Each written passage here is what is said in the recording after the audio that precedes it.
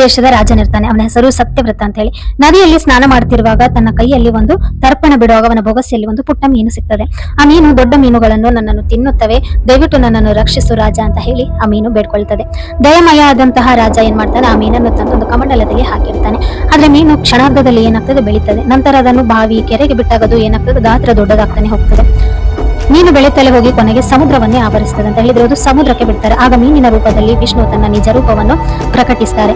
ಆಗ ರಾಜನಿಗೆ ಹೇಳ್ತಾರೆ, 7 ದಿನಗಳಲ್ಲಿ ಭೀಕರ ಪ್ರಳಯ ಬರಲಿದೆ ಎಂದು ಒಂದು ಎಚ್ಚರಿಕೆ ಕೊಡ್ತಾರೆ. ಒಂದು ದೊಡ್ಡ ನೌಕೆಯನ್ನು ಸಿದ್ಧಪಡಿಸಿ ಅದರಲ್ಲಿ ಸಪ್ತ ಋಷಿಗಳ ಪ್ರಮುಖ ಗಿಡಮೂಲಿಕೆಗಳು ಮತ್ತು ಪ್ರಾಣಿಗಳನ್ನು ತುಂಬಿಸಿಕೊಳ್ಳಲು ಒಂದು ಮನುಜರಿಗೆ ಅಥವಾ ಒಂದು ಮಾನವರಿಗೆ ಸೂಚನೆ ಕೊಡ್ತಾರೆ. ವೇದಗಳ ರಕ್ಷಣೆ ಯಾವ ರೀತಿ ಮಾಡ್ತಾರೆ. ಇದೇ ಸಮಯದಲ್ಲಿ ಹೈಗ್ರೀವ ಎಂಬ ಅಸುರನು ಬ್ರಹ್ಮದೇವರಿಂದ ವೇದಗಳನ್ನು ಕದ್ದು ಸಮುದ್ರದ ಆಳದಲ್ಲಿ ಬಚ್ಚಿಟ್ಟಿರ್ತಾನೆ. ಮತ್ಸ್ಯ ರೂಪಿ ವಿಷ್ಣು ಆ ಅಸುರನನ್ನು ಸಂಹರಿಸಿ ವೇದಗಳನ್ನು ಕೂಡ ಮತ್ತೆ ಮರಳಿ ತಂದುಕೊಡ್ತಾರೆ. ಈ ನೌಕೆ ಒಂದು ಯಾವ ರೀತಿಯಾಗಿ ಒಂದು ರಕ್ಷಣೆ ಮಾಡ್ತಾರೆ. ಪ್ರಳಯ ಕಾಲದಲ್ಲಿ ಬಂದ ದೊಡ್ಡ ನೌಕೆಯನ್ನು ವಿಷ್ಣು ವಾಸುಕಿ ಸರ್ಪದ ಸಹಾಯದಿಂದ ತನ್ನ ಮತ್ಸ್ಯ ರೂಪದ ಕೊಂಬಿಗೆ ಕಟ್ಟಿಕೊಂಡು ಸುರಕ್ಷಿತವಾಗಿ ಮುನ್ನಡೆಸ್ತದೆ. ಪ್ರಳಯ ಮುಗಿದ ಮೇಲೆ ಮನು ಮತ್ತು ಸಪ್ತ ಋಷಿಗಳ ಮೂಲಕ ಭೂಮಿಯ ಮೇಲೆ ಹೊಸ ಸೃಷ್ಟಿ ಕೂಡ ಒಂದು ಆರಂಭವಾಗ್ತದೆ ಅಂತಾನೆ ಹೇಳ್ಬೋದು.